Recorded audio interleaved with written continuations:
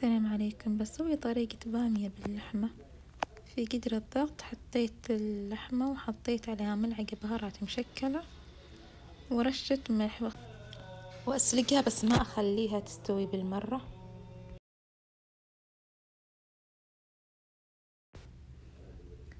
في قدر حطيت 3 ملاعق زيت زيتون وحطيت حبة بصل الوسط مقطعة مكعبات. أحمص البصل لين تغير لونه.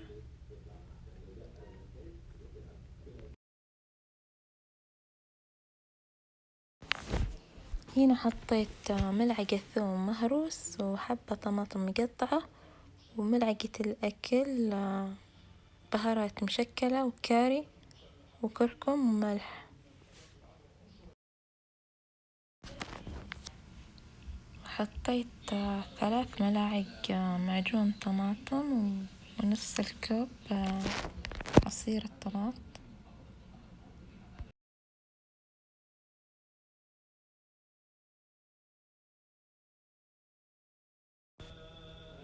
في مقلاة حطيت ملعقتين زيت الزيتون وأحمص البامية حمصة خفيفة.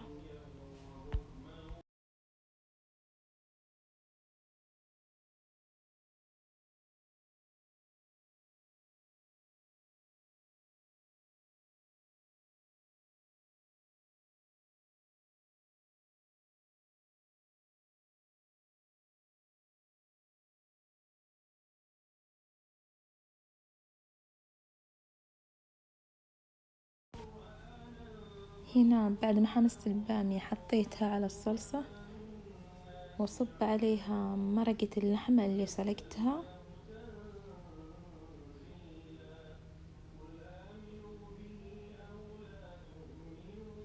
بعدين أحط اللحمة نفسها أخليها تستوي مع البامية.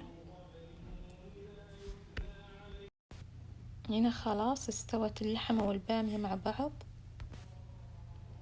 وهنا في مقلاة حطيت ملعقتين زيت الزيتون وحطيت ملعقتين ثوم مهروس ورشة كزبرة. الزيت اختياري، تحطون اللي تحبونه اللي يناسبكم. بعدين حطيته على البامية.